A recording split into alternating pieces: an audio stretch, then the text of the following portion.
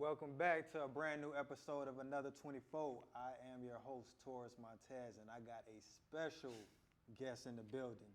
Now, this guest is a professional mixed martial artist. He has a professional record of 6-1. He's coming off a strong win.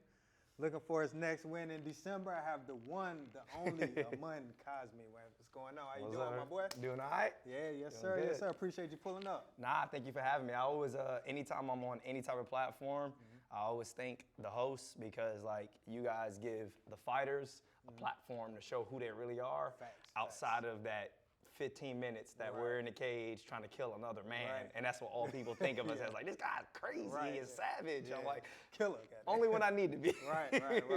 So first and foremost, how many miles did you run today, man? None. Not today.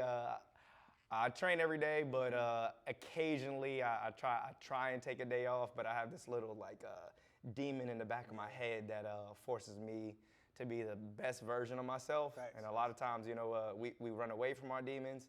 But I always like to give a special shout out to my demons because they made me the person who I am today. Hey, shout out all the demons, man. Shout out to all the demons out there. All right. The reason why I asked you that is because being a professional, being in the combat sports area and being a professional MMA fighter, I mean, conditioning is the number one thing, right? Yes. So yes. maybe it's number two. Number two. What's number one? Technique. Okay. I would say technique, and then conditioning would be the top two. I take that to heart.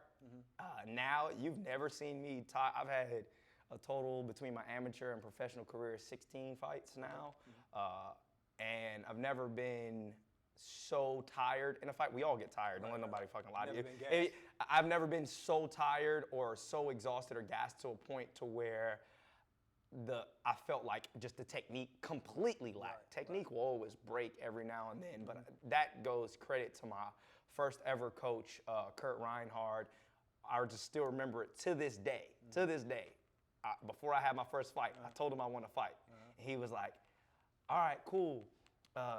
Go run 3 miles. Tell me what your time is." Right? I've been training for 3.5 years. I've been itching to fight now, all right? And I'm like, all right, cool. I run 3 miles. I'm just jogging. I'm not like, he never told me a time at that point in time. I come back, I'm like, yeah. He's like, what was your time? I was like 28 minutes. He just laughed. He said, ah. Yeah, no. He said, ah. Like, he says, you won't fight for me till you break 21. Ooh. And I was like, I'm a sprinter. I'm not a long distance runner, bro. Like, I play football, soccer. Like, I'm not cross country, bro. You see these legs? I'm not. Yeah, I was like, all right, so I went and I just remember I had a full-time job, still training martial arts, and I would just get up before work to go run these 3 miles. Because I'm like, he said, if you want to fight, you got to run 3 miles in 21 minutes or under. He said, that's 7-minute mile, consistently. Yeah. I'm like, yeah, maybe you could do one of those. Right. But can you do 3 back to back? Right. You know, like, so the first thing he told me, he said, no fight. He says, you'll eventually step in a cage or a ring where someone is more technical than you.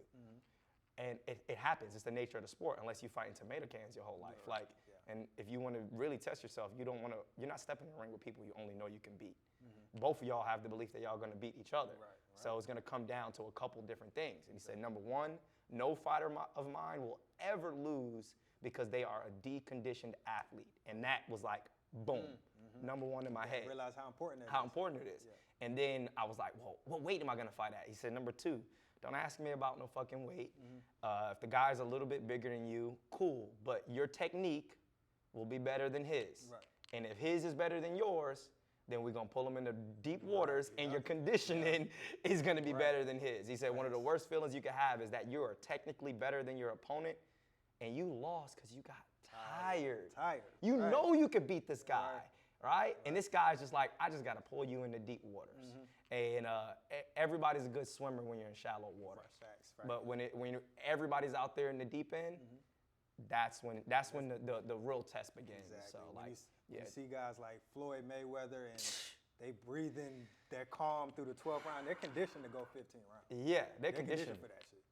Yeah. So, and that's the basics thing. So, we were talking earlier off camera about the work that people don't see. Like, we see you in the cage for 15 minutes, 12 minutes. A possible 15 minutes. 15 minutes. But I want to talk more about the piece that the people don't see. So kind of go through your training routine, like how grueling it is and what prepares you to get in that ring. Or get in that octagon. Yeah, ring, octagon, like it's just a stage. When you're on that stage with the lights, there's thousands of people yelling and screaming, and you got another guy who's in there who wants to make you a meme, like, right? He wants you to be waking up in front of your family, and he wants you to, like, he's trying to in your consciousness. Like, you really gotta take it to that point because that's what they want to do. Like, like, for those 15 minutes, my feelings for people are just kind of cut off. Like, when I hit someone, I'm not thinking like, oh my God, did I hurt him? Is he okay? Right. We're trying to, like, go beyond that point, push past that point. And in order to get mentally prepared for a fight, you gotta take yourself to the edge, and sometimes you gotta fall over the edge. Right. And the conditioning and the training regimen and everything behind the scenes, I tell people, for that February fight I had, ended in 52 seconds. I got a first round knockout. Do you know that I had trained for 3 months for 52 seconds? 3 months. Right. For 52 seconds. Best 52 seconds of the year so far, right? That's what you want. That's what you want. That's what you want. But the training regimen behind scenes ultimately is twice a day, Monday through Friday, solo session, one training session on Saturday, and then active recovery on Sunday. So active recovery doesn't mean, all right, it's a day off, I do nothing, because something in your head is always like, it's another guy out there working. So it's always trying to balance the overtraining versus recovering. And I've developed my whole entire life to be a professional fighter as far as, like, when I got rid of everything, full-time job, all this stuff, quit saying, I'm all in. There's no safety net for me. Like, there's no like, hey, if I don't do this, then I can do this. I'm like, yo, plan A is succeed, plan B is die. So, like, I gotta succeed. If you give yourself no options, then success is the only option.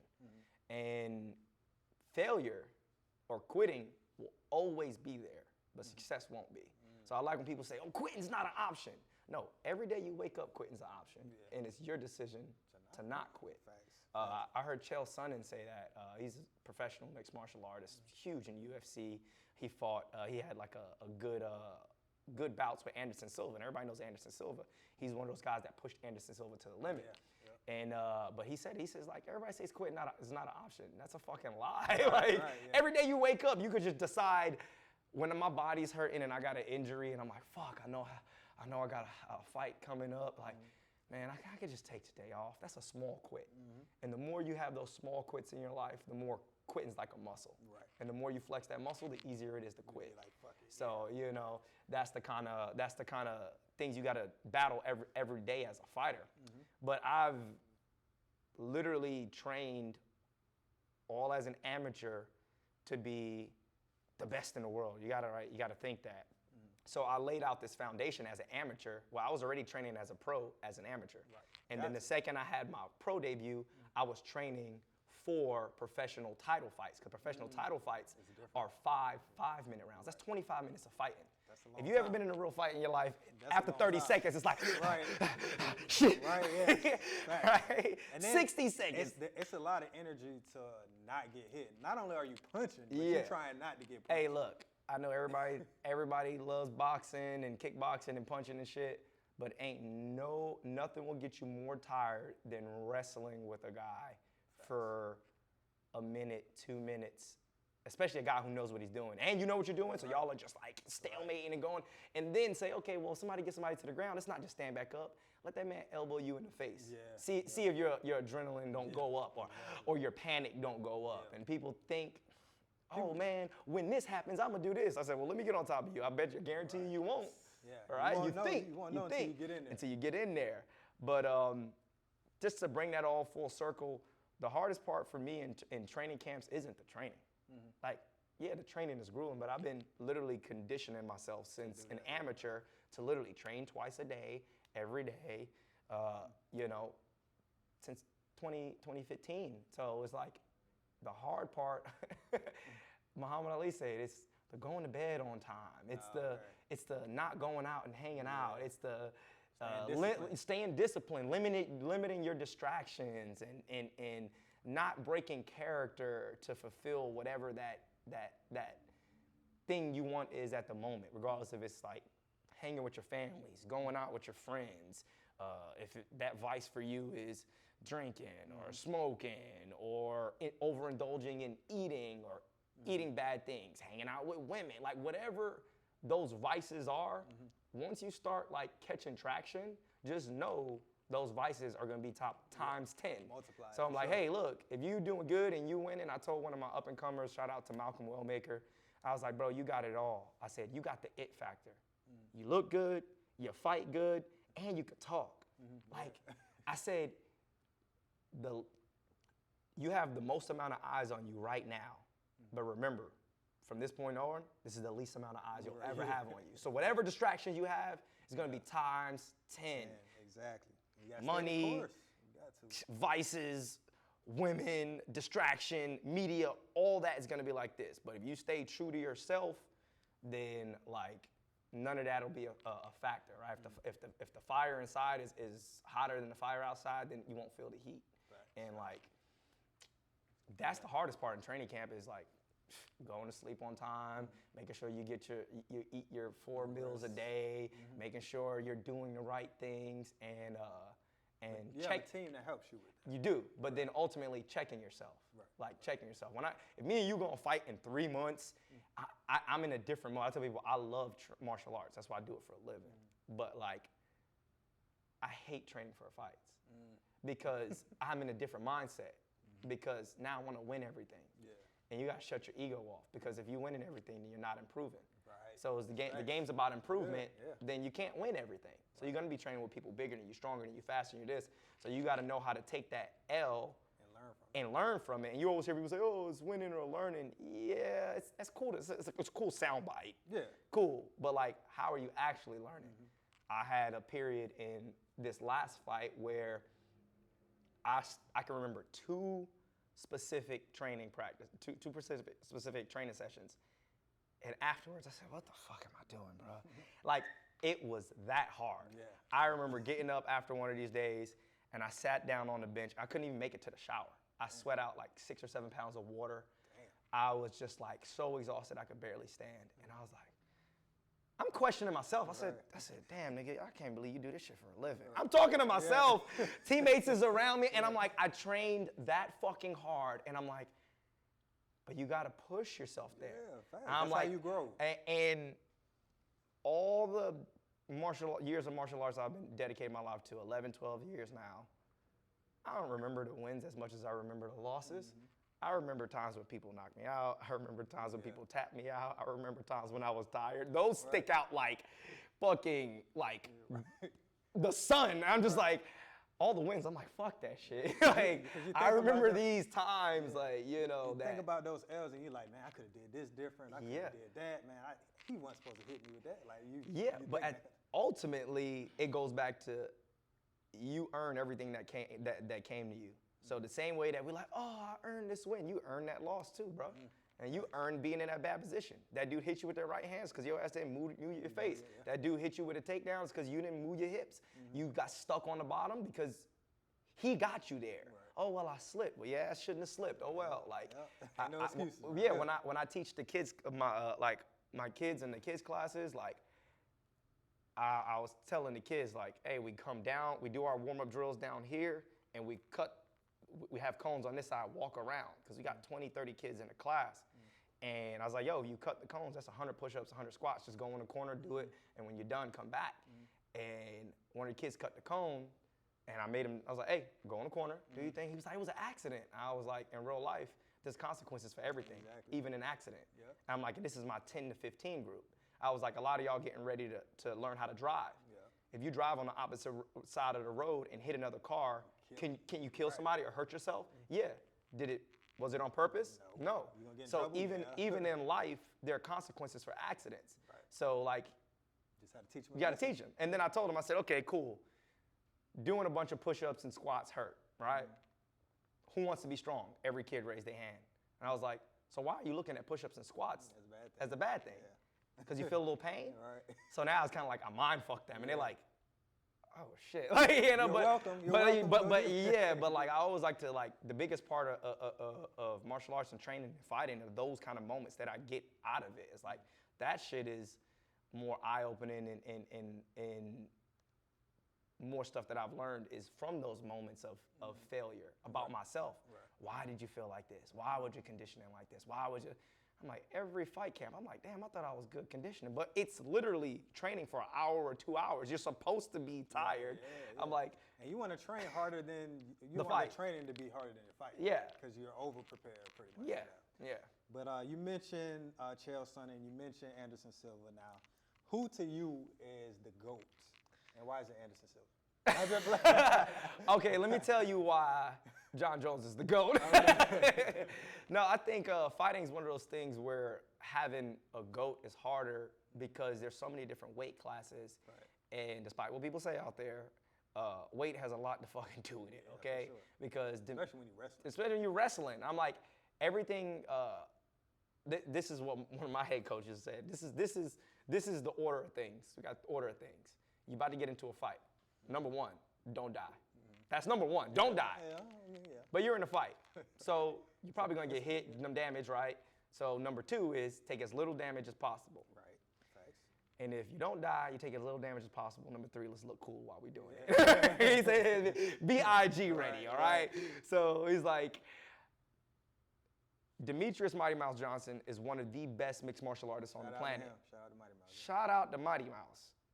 But if he went against John Jones, it's not happening, right? But if Mighty Mouse was 6'1", 220 pounds, but guess what? He wouldn't be Mighty Mouse if he was that size because he would have a different set of attributes. Like we were talking about a little bit earlier, it was like everybody has a certain gift and attributes, and I tell people wholeheartedly, I don't believe in equality, so shut that shit up.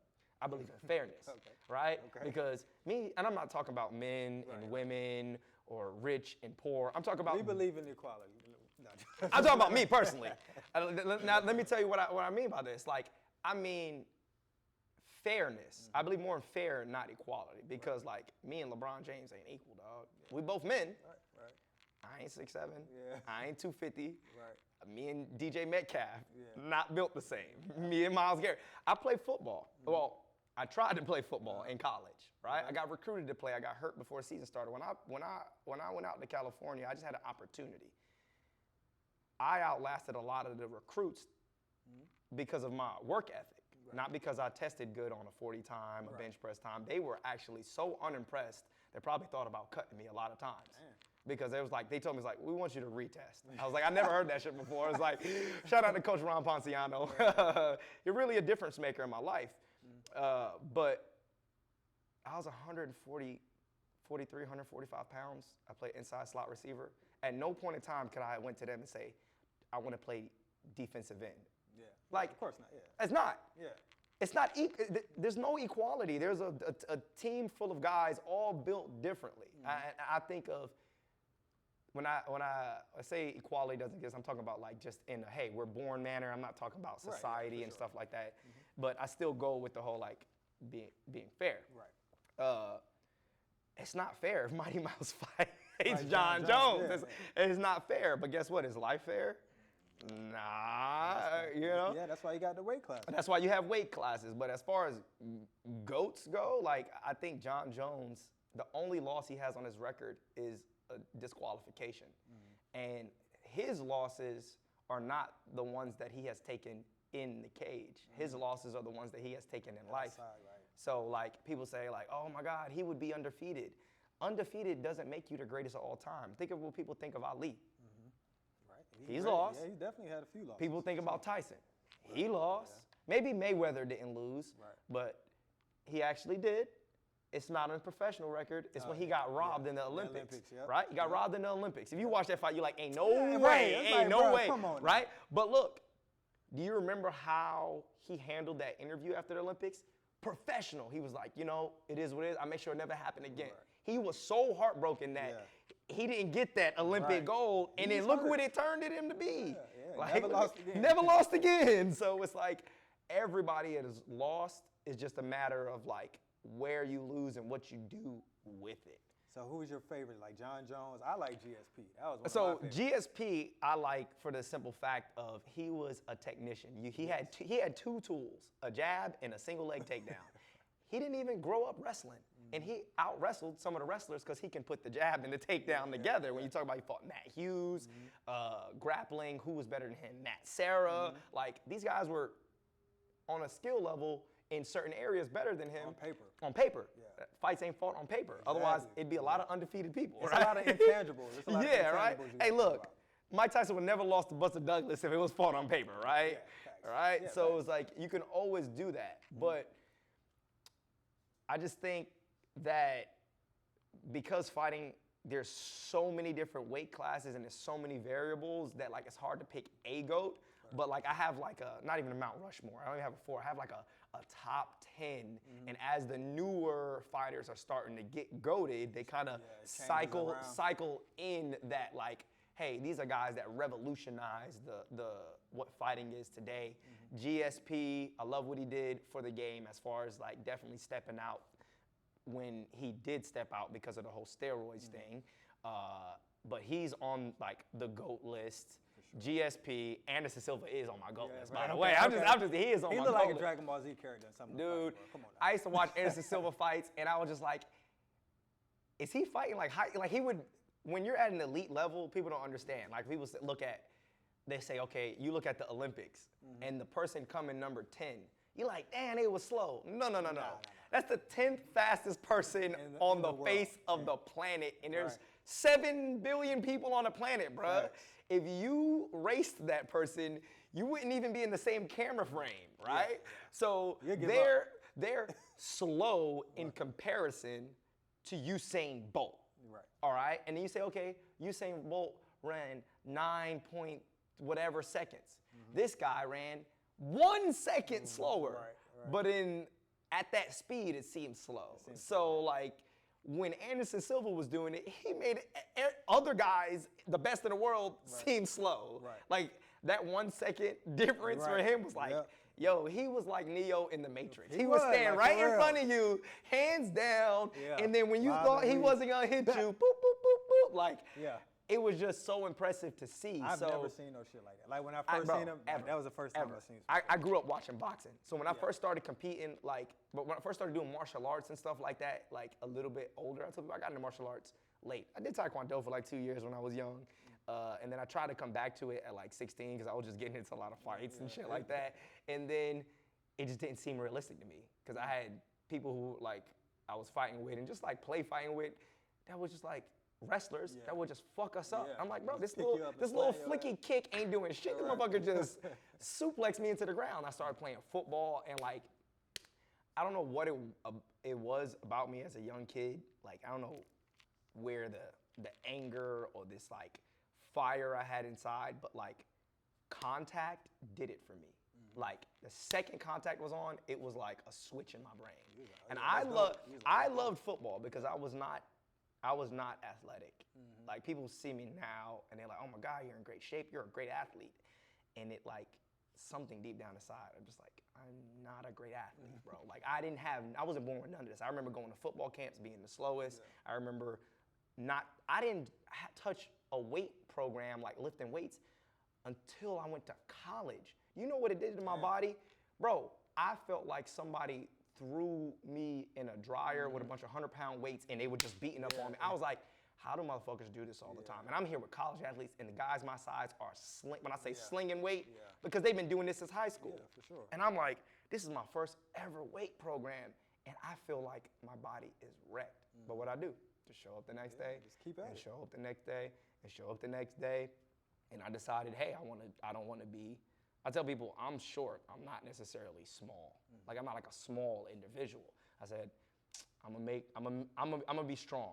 I'm gonna be this. I wanted to be fast, so I would set up fucking 40-yard dashes in my backyard and run them with no one around and just try and get better time. Better. I was like, this was just like a thing that I always had burning inside me that I wanted to be great at something.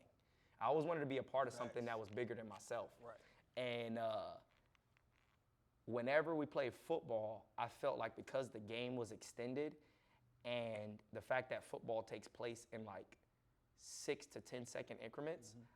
If I fucked up one play, it was always the next play. Yeah, for sure. So I was like, you might got me right now, but you got to deal with me all day. All game, and man. just know, if there's 100 times I see you, I'm going to get the better of you at least once. At least 51. I'm like, it can't be 8. I like, it is 100 now. I need a 51. I gotta at least be more than, and like, that's when I started to realize, like, I didn't care if somebody was faster than me, bigger than me, stronger than me, whatever. I just knew that I was gonna be persistent. I was gonna hit you every play, or I was gonna try to make you miss every play, no matter what it was that I was doing. And then that kind of just turned into sports. And then sports for me became my like self-development. Like that's kind of like where that started as an early age. That's like the earliest, besides like actually getting into like fist fights and shit, that's the earliest that like I felt that like fire. And I'm like, you actually liked it. It was a weird thing. So I heard one of my favorite motivational speakers talk about why people sit in sorrow and why people play the victim in their own life. And I was like, damn, if you had the choice between feeling pain and sadness or emptiness, most people would choose to feel pain and sadness because you want to feel something. If it was a choice between feeling something and feeling nothing, people are going to choose something, even if it hurts. And he says, two things are addictive, the pain of anger and the pain of sadness. And it's so easy to connect things to that. Like when you're sad, you don't want to feel sad, but all you can do is now connect other sad thoughts to other sad thoughts. Think about like a good movie or a good song that's like yo shit because you can relate to it. And most of the times it gets worse before it gets better. It's like, damn, man, this movie going downhill, but you can't stop watching it. It's like, and then I think that was like anger for me when I was young. Everybody know me growing up. It's funny because like Sal and Eli and like all these people I grew up with, they was like, oh, you being a fighter? Yeah, that was cool. Because we remember it's like, hey, one hit, you would just lose your shit. And we could be playing around and now you fighting a guy who's twice as older than you, literally could just like, hey man, chill out. I'm like, ah! Like, I was known as the rage kid, so that was also like an easy target for me. So like when people were, to them, it might not have been a real fight, but to me it was a real fight. I'm like, okay, two people like just fucking around me, picking on me. It's like, I thought I had to go there. Cause I'm like, why would you pick on me? I didn't do nothing to you. Like, and it was like, I always had that little fire, and it's like, when I learned how to like contain it and then like focus that energy, like fighting has shown me how to use myself. And I love what Israel Adesanya said. He's like, people get mad when they say, oh my God, someone used me. He said, someone used you, it's because you're useful. Yeah, right. Use me.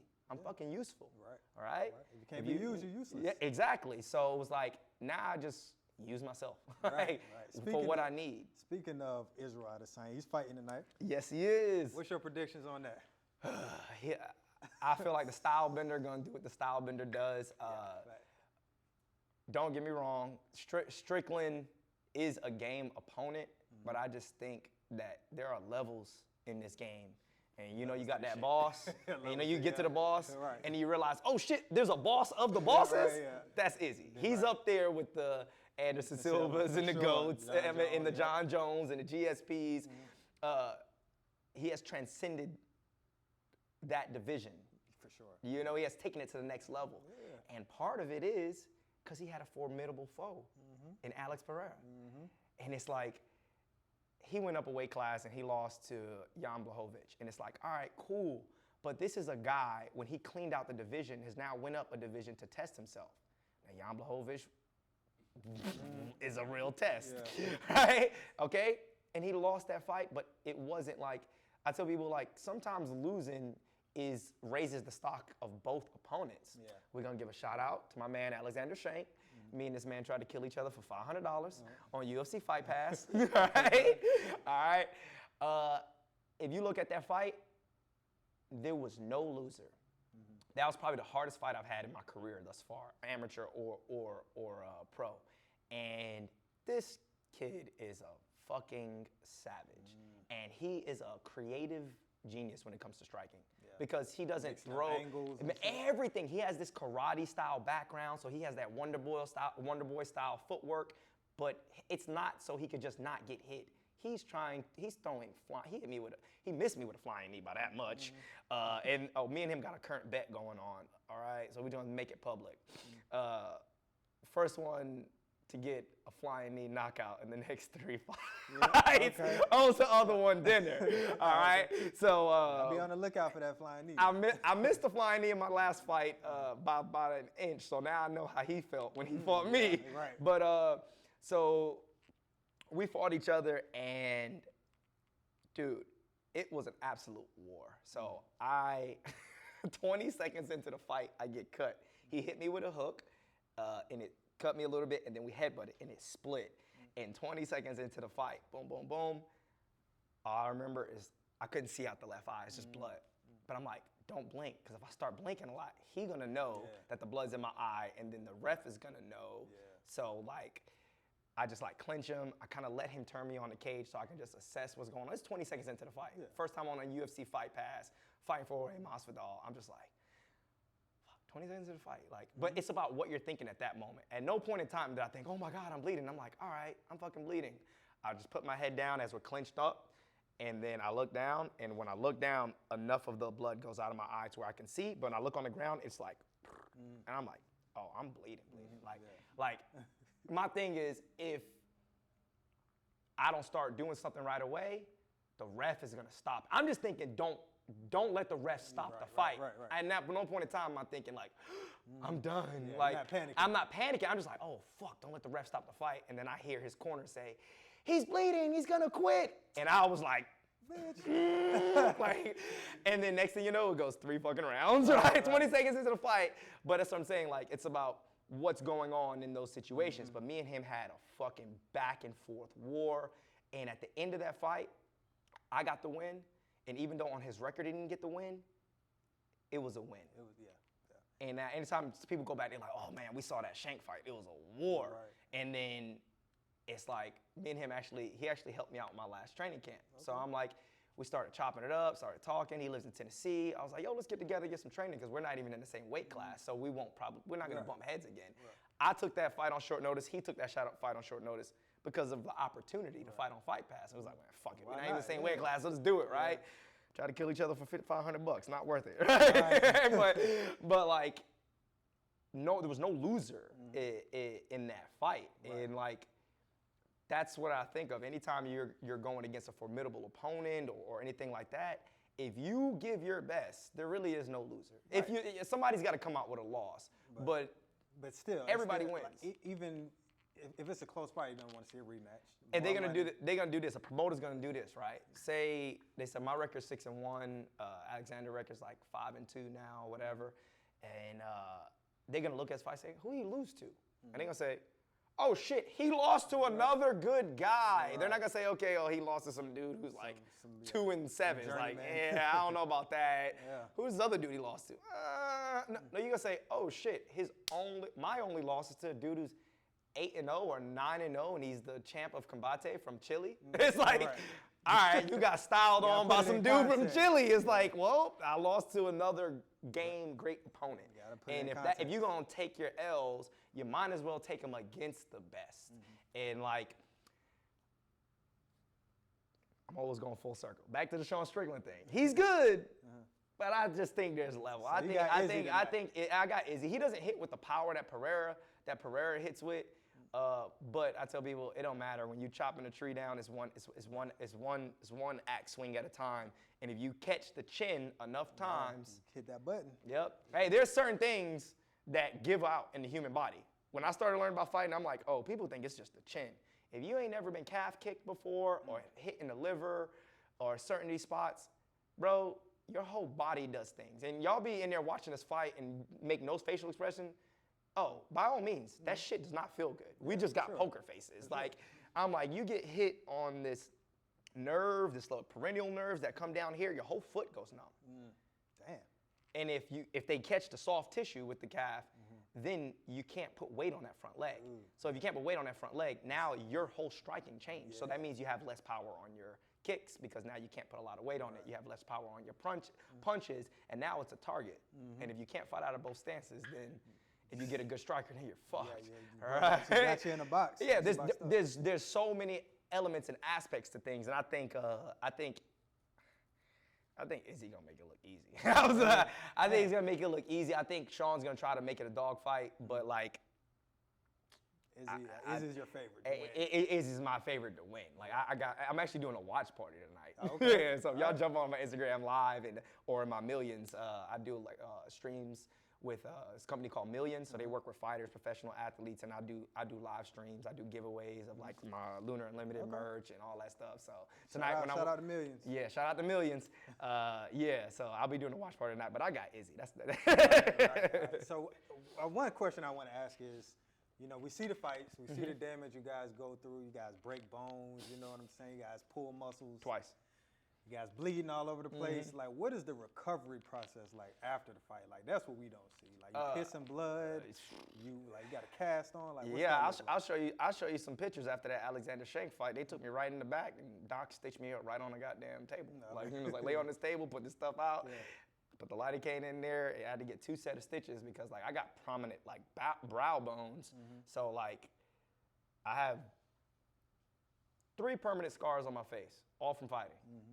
Right here, right here, and this one it's hard to see because I got thick ass eyebrows. So like right there. But I'm like, the recovery process is dependent on how much damage you take, and this is a game of damage. So like when people out there and they say, oh man, that was a boring fight because that guy took him down. I'm like, look, in a game of you could be waking up or you can get split up and it can be done at any point in time. Sometimes you have to take the path of least resistance in order to get the outcome that you wanted. The last guy I just fought, this guy, if you look at us, right, I said fights ain't won on paper. If you just throw the paper out the window and you look at us, the eye test would say, okay, damn, Moon's gonna win. This dude's in shape. He's got a fucking 6'8" pack. This dude, other dude he's fighting's a little soft around the midsection. He's kind of like, you know, got the little cul-de-sac thing going on. You're like, oh, Moon wins easy. And then you look at this guy's record. You're like, this dude's 11-2, and 11 finishes with 9 knockouts and 2 sub-victories. So everybody with that eye test was probably thinking the same thing. I said, there are 9 guys waking up that he fought. Like, oh yeah, this dude a little pudgy around the waist. I'm gonna just hit him in the body shot. Nope, they all waking up, right? So it's like, we played that game of striking a little bit in the first round. Then we made a lot of reads. So second round we were striking, but we knew ultimately that, hey, if I take this dude down, the fight is over. Took him down, hit him with some elbows, and the cut man, there were like pools of blood on the canvas afterwards. And the cut man came to me because I had a small cut from an overhand right he caught me with right here, but it wasn't deep. It caught me like on the skin, like the side of the glove, boom. And then cut man looked at me, Doc looked at me, was like, nah, you don't need stitches. We just gonna like super glue that one up. Actually fucking tore out half my eyebrow when I took it off. I was like, no hair on this side. I can't tell, it grew back. Hey. But, and then the cut man was like, I just overheard that. It was just like, we can't get that guy to stop bleeding. And I was just like, damn, sucks to be him. Right. I was just like, but that's the game that we're playing. And now that's what people don't see afterwards. We spent a little under 10 minutes in the cage. That guy, I cut him, I think, 3 or 4 times, all on the places where the hardest to like come back from because those are spots that get hit. It was top of the eyebrow, under the cheekbone, and then under the cheekbone on the other one, all from elbows. And it was like, he's gonna have stitches here, and maybe stitches on the other side. It's like now that affects your training too. Because then how long before you can go back in and start sparring? Because if that gets touched, it gets open. So it's like the recovery process is on how much, depending on how much damage you take in the fight. And don't die. Take as little damage as possible. And look good. Look cool, right? Look good.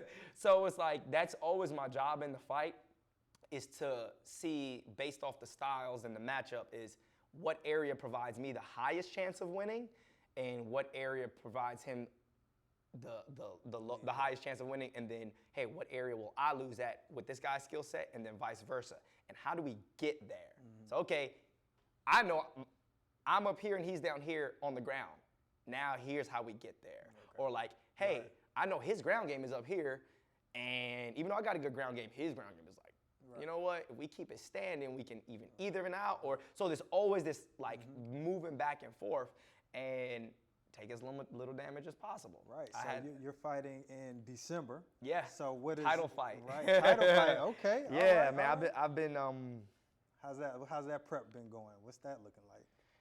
Man, to be honest, I can't even say that without like my heart just like going, because like from the day that I started, I knew I was like embarking on this like fight journey, and I was like, this is what I'm gonna do. Like, I've had this like reel and this image of my head on what it would be like. And it's crazy when people say, oh man, I'm searching for that thing that I want in my life, or that thing that's my, and I'm like, all that time you spent searching, you could have been creating it. Like, I want to find my purpose. How about fucking creating it? Like, you're spending all this time and energy trying to outsource when all the answers are really in here. So like, I've been thinking about this moment. I've been visualizing this moment since fucking 2015. And I'm like, it's finally here. But here is now. I have this very awkward relationship with time. So I don't believe time exists. Okay. All right. And I'll just break it down in a very simple manner. Like, if the sun never set, you wouldn't know what day it is. That's true. That's true. And I just think about that. So if you wouldn't know what day it was because the sun never set, then that means every day is today. The past is dead. The future is not here yet. So the only thing that really matters is now. So if you look too far ahead, then you're not focused on what's important. And if you look too far behind, you don't see where you're going. But the past is the reason why you're at where you're at. And where you're at will determine where you'll be in the future. So like, now is literally the only thing that matters. And I said it was crazy because I knew I was in a tournament in January when my manager called me up and told me what the UFL was offering. I always have to give a shout out to the United Fight League, because I said since I was young, I wanted to be a part of something that was greater than myself. And what the United Fight League is doing is more than just putting on great fights and treating the fighters well. They are doing things that every promotion should be doing. I have health insurance through them. My pay has went up through them. I have life insurance, and I also have stocks in the company because I have entered this tournament with them.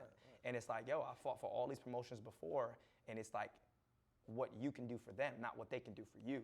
But I feel a part of something greater than myself, because they're gonna change the game of how MMA is fought, because now they're providing actual health care. They're looking out for the most important thing, all right? Don't die. You see how this always goes, don't die, take as least damage as possible, because when fighting is over and you've dedicated your whole life to fighting, what are the skill sets do you have, and how can you live off of that if you can't have a conversation with your child or your family because you got CTE, or your body's so beat up from all the years and years of training that you can't even physically really get around to doing a physical labor job, but that's all you know how to do is fight and train. So like what they're doing is like changing the game. And just imagine that like in January, there's a moment that you've always been waiting for your whole entire life is in December. And you know it's in December. But the only way to get there are two other grown men who want the same thing you want. So if I start looking at December and January, I'm overlooking two men who can shut my lights out right now. So I have to keep telling myself that if you want something, I have I have it written twice on my calendar. I have like a monthly calendar, like dry erase board in my room, and it says win the day. You win enough days, you'll win the week. You win enough weeks, you'll win the month. You win enough months, you'll win the year. And it's like, think of that right now. So I'm like, I get up, I don't feel like doing this. I'm like, I just look at my calendar, it's like, fuck, win the day, all right? And my team knows me so well, and my best friend's also my head coach. And we got this thing, it's like, if you only running on 10% today, I need all that 10%. So people say, oh, I gotta go 100 miles an hour every day. Some days you ain't got 100. But I need 100% of whatever you got. So if you got 10 in the tank, I need that 10. I need that 10. When you give me that 10, when you give me that 10, it's over. We're done. right? Everybody's human. You can only do what you can do, you know? Yeah. So, like, I've been waiting for this moment for that, and a training camp is specifically training for that fight. But I tell people I've been training camp every day of my life. Like, you got to improve on other things, not just physical, because as you move up in the fight world, everybody's strong, everybody fast, everybody's good at martial arts. So what separates everybody?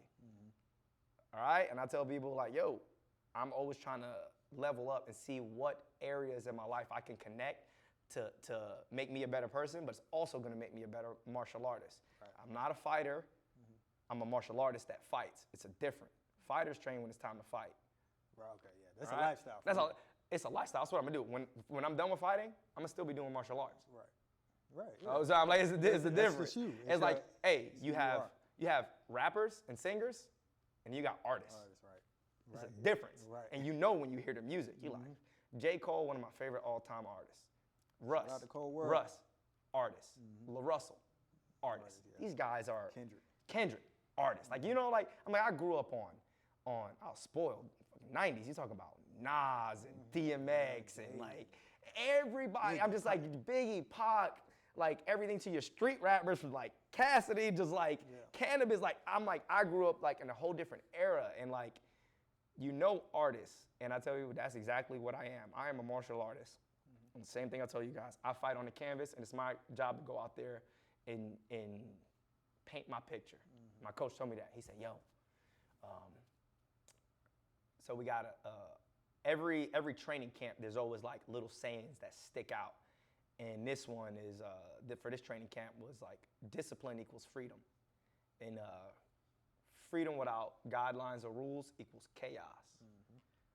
But you got to know the rules to break the rules. Facts. And he said, so let's go out there, break some rules, create some chaos. Let's go. Because it's, hey, we know how you're going to operate in the chaos. Let's see how this guy operates. Right. So if you're following the rules and shit ain't going your way, all hell, and he says, not everybody has that trump card in their back pocket that they can say, hey, let's just start a fucking war and see. So I'm like, hey, if we ever get to a third round and my corner's like, hey, you're losing the fight, just expect to see some crazy shit.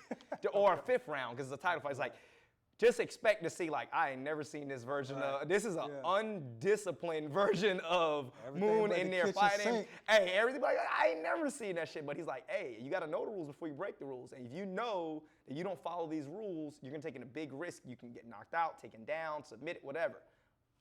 You're losing.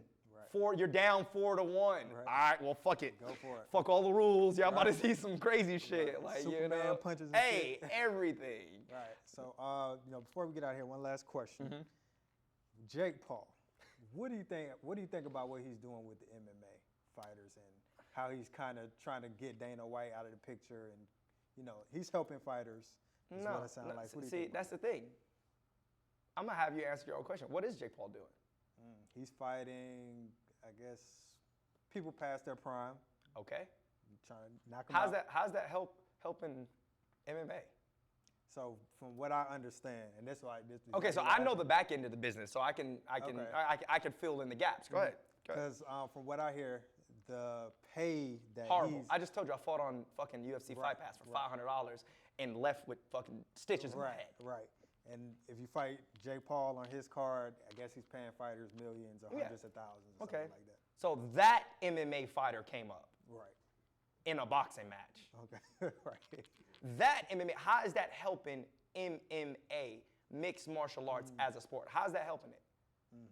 What, telling guys to get out of their professional sport to be underdogs in a professional sport that you've never done so you could take a check and get more brain damage?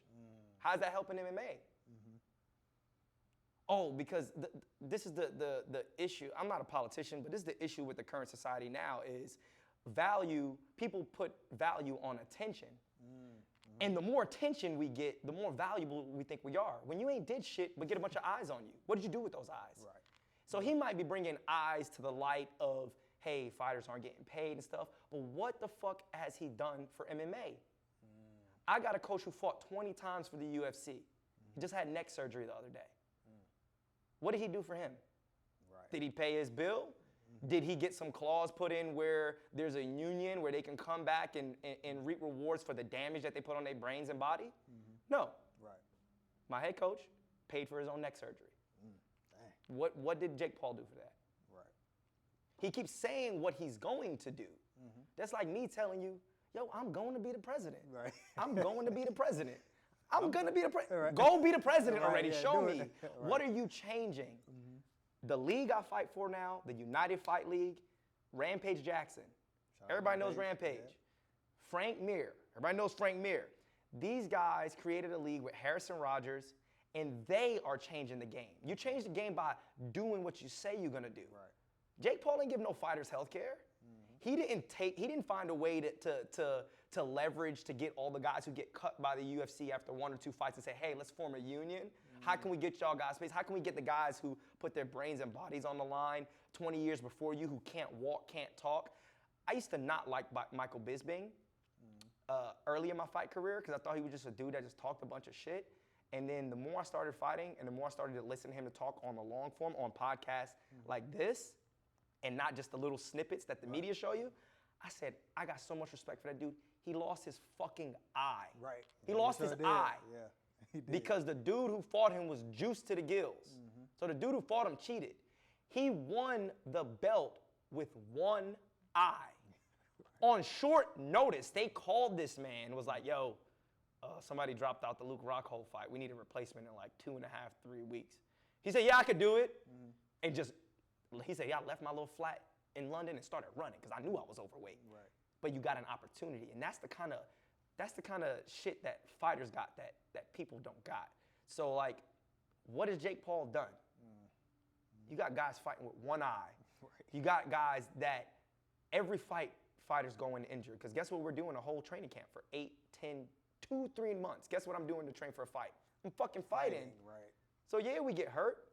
What people don't know is 10 days before his last fight, I got fucked up. The last practice. Damn. The last fucking practice. Right before the fight. Couldn't walk on Wednesday. I'm not exaggerating. My head coach, my best friend, we lived together. I didn't even get out of my bed. He not really said, yo, you good? I'm like, bruh, come here. I get up, barely walking. He's like, what the fuck? I said, I told you I fucked my hip up yesterday. Trying to get somebody in a takedown. The other dude I was wrestling, 190 pounds. I weighed, at the time, 150 pounds. Right. And we're going for this takedown, and this is the last 5 minutes in practice. We fucking train in, I call it the dungeon. It's a brick and tin building with no AC. At the peak of the summertime. And I hit a fucking massive sweat spot. My leg twists in an awkward way. This motherfucker falls right on my goddamn, on my thigh. And I can see my foot out the other side. And I get up and I'm just like, Next day, as soon as I get up, I'm like limping. I'm like, bro, I got to fight in less than 10 days, bro. What the fuck? So I call up the physical therapist. I'm like, yo, you got any openings? He's like, I'm booked. I'm just open on lunch break. I'm like, can I come? I know it's your lunch break, bro, but can I come see you? Him every fucking day. I had to see him and the chiropractor and just where I can get it back. And every day, Lathan's my head coach and best friend. He's like, yo, you gonna be all right? Nigga, you done fought with torn AC joint. You done fought with partially torn LCL, meniscus. Hey, you had all these things, but we know how you're gonna bounce back. It's something about when you know you're gonna be right, your brain just gets right. And my body knows when I'm in fight mode. I swear, if I start training too hard, my body starts automatically cutting weight. I swear it's like a switch. I tell people like, I gotta like pull back sometimes. I'm like, yo, you're not training for a fight. You just had 3 weeks of hard training, bro. My body's like, nah, bro. We going for a fight. Yeah. But I'm like, body's like, fuck this. Yeah, body's like, fuck that. Hey, man, somebody got to get this heat, right? But it's like, this is like what's going on prior. And like I said, fighting for the UFL, I have health insurance, so now I don't have to be like, oh my God, I don't have the money to go see a this or that. I just go. Right. Yeah, that's dope. And I'm like, they're changing the game. Jake Paul's not changing the game. He keeps saying, yeah, we're gonna get this, and I'm gonna do this for Dana White. Jake Paul is a genius. I like what he's doing for boxing, because guess what? He's doing the same thing that every other boxer does. Before you get 20-0, those boxers are fighting tomato cans, practicing and getting better in the ring until they get their big shot for the big money. He just found a way to make big money fighting people who are less skilled than him, which boxers do on the come up anyway. Right. So for boxing, he's doing a great job. He ain't did shit for MMA. give guys who are way past their prime money. Right. If they needed money, then yeah, I like what he did for those guys. Right. But as a person who's currently fighting, and I know guys fighting in the UFC and all this, what has he done for them? Yeah, hasn't done anything. Nothing. We're in an age where he's a genius marketer and he makes money off of attention. Right. So what do? Get more attention. Right. He hasn't done shit for MMA. Jake Paul, you ain't doing shit, man. But listen, man, appreciate you pulling up, yeah. man. We got to get out of here, man. I know you got a fight coming up, Yes, man. sir. We're going to be watching. I'm going to log into your fight party tonight. Oh, too, yeah, man. You know what I'm saying? yeah. Jump We gonna in. Kick it a little bit. You know, we're going to be supporting everything you do, man. I Good appreciate luck it. with everything, man. Appreciate you so much, man. Oh, yeah. Thank you. All right, my boy. Oh, yeah. And we out.